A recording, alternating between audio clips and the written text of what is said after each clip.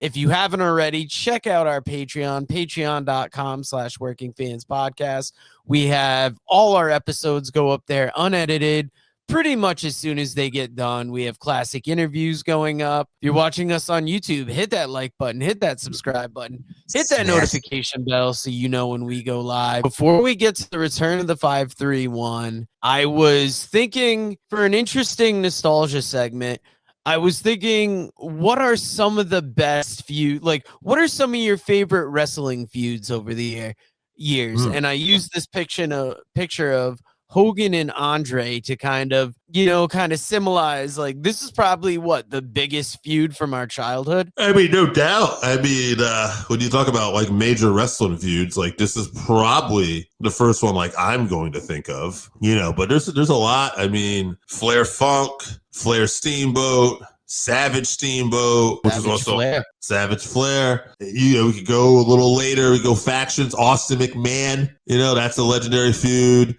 NWO. I mean, this is kind of not in the traditional sense, but the Monday Night War, like just feuding organizations, because that was so personal at the time. Yeah, but I mean, I like to try to probably keep it more traditional, just going within the confines of wrestling. I mean, God, top feuds off the top of my head, I personally would go Hogan Andre. I'd say Flair Steamboat.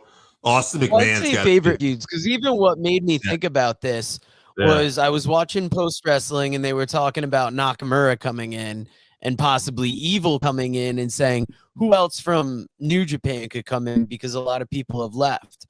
And I was thinking Hiromu Takahashi just left.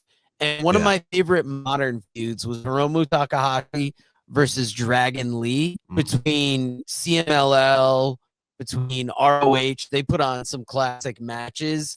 And that was like a really great modern feud that I had seen. Trying to think who else.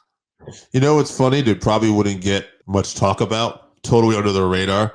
I only had really 2 or 3 big matches that I can think of. Mostly in NXT UK was Ilya Dragunov versus Gunther. Yeah, they produced some classic matches that still has us talking to this day.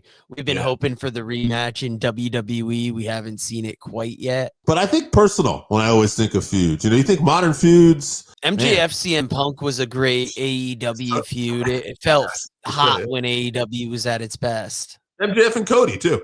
Like MJF, those two feuds with Cody and Punk. Yeah, like he did some masterful work with those two. Yeah, all good shit. I mean, like I said, I had a lot of feuds in the 80s and the 90s that I really liked. Midnight Express, Rock and Roll Express, classic tag team one that I think about. Absolutely.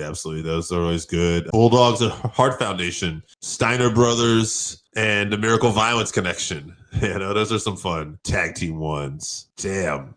Man, talk about like no one would probably have this on their list, but a young Dustin Rhodes and a young stunning Steve Austin for the WCW United States title, like in the feuds and the matches. Man, that brings me back to prime 90s WCW right there. And Rude was killer if you want to talk that era. Rude had a great feud with Dustin Rhodes and Ricky Steamboat and Sting, and it's kind of funny because Rude's one of those few guys I thought that left WWE at a height in a prime of his career, but then like he turned it up on another level when he went to WCW and just had awesome matches. Yeah, I mean, around that time, how many guys really made that jump and had that success? There was him, Hogan. I can't think of many others that like skyrocketed getting to WCW.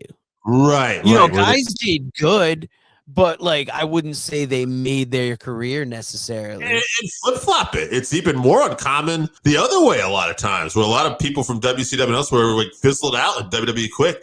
Like I can tell you 2 guys off the top of my head I always point to that went from WCW, had great careers, but killed it in WWE because they found their personality.